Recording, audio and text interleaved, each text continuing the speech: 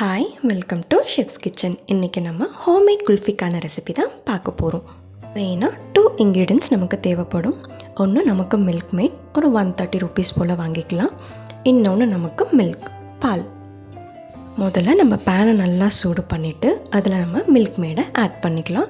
அந்த டின்னில் ஒரு 3/4 டின் வந்து நம்ம ஆட் பண்ணிக்கலாம். ஸோ நல்லா நம்ம திக் கன்சிஸ்டன்சிக்கு கொண்டு வரணும்.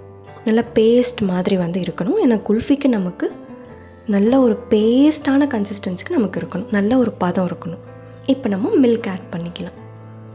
மில்க் ஆட் பண்ணிவிட்டு மில்க் நான் உங்களுக்கு கப் காட்டினேன் இல்லையா, அதில் நமக்கு ஒரு 3/4 கப் ஆட் பண்ணிக்கலாம். ஸோ நல்லா பாயில் ஆகட்டும்.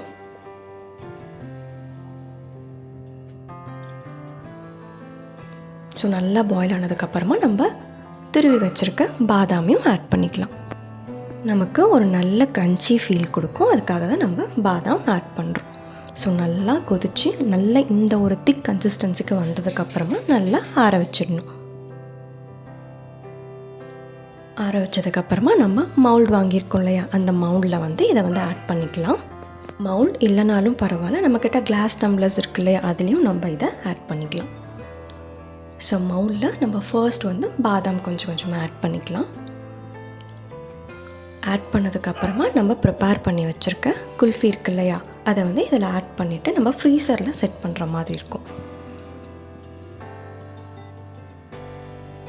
ஸோ நல்லா டைட்டாக க்ளோஸ் பண்ணிவிட்டு ஒரு நைட் ஃபுல்லாக ஓவர் நைட் வந்து நம்ம ஃப்ரீஸ் பண்ணுற மாதிரி இருக்கும்.